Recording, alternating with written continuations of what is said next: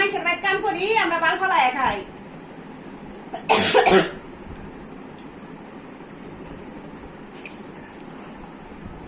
যেই জায়গা যামু সেই জায়গায় টাহা তাই তোর আমার নষ্ট হয়ে যাচ্ছ।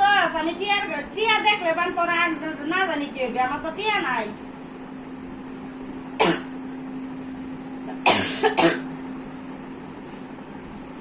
যেখানে যাই হয়নি টাহার গল্প। বেডিটা গরুটা কিনছে আজকে, গরুটার দাম আজকে 40-50 হাজার টাকা হইতো।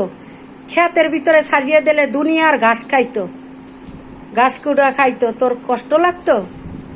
তারপরে মাসে যদি চাইতি 1000 টাকা বেশি দিত বা 500 টাকা যদি চাইতো, আমি গ্রামে থাকলে ঠিকই আমি পাইলে দিতাম। আরে তো ভাই বোন কই, এই দুনিয়ার কোনো ভাই বোন আছে? আমার যদি 10টা গরু তো খাইতে পারে,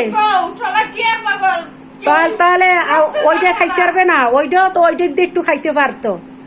আমি আজকে যদি 1 পাতিল ভাত রাই 5 জনের লগে যদি রান্ধি, তো এই 5 জনের ভাত দিয়ে দুগো হইয়া দিলে 1 জনের হয়।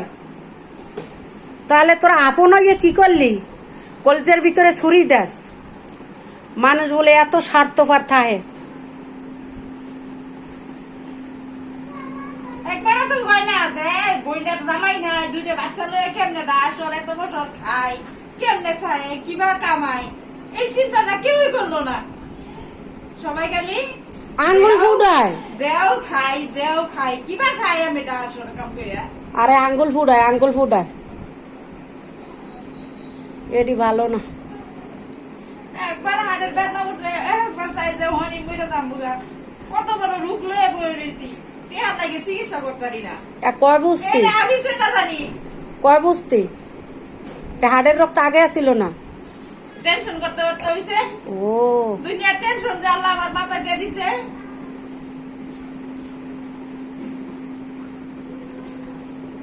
যাক, আল্লাহ সবকিছু সমাধান করিয়া দেবে।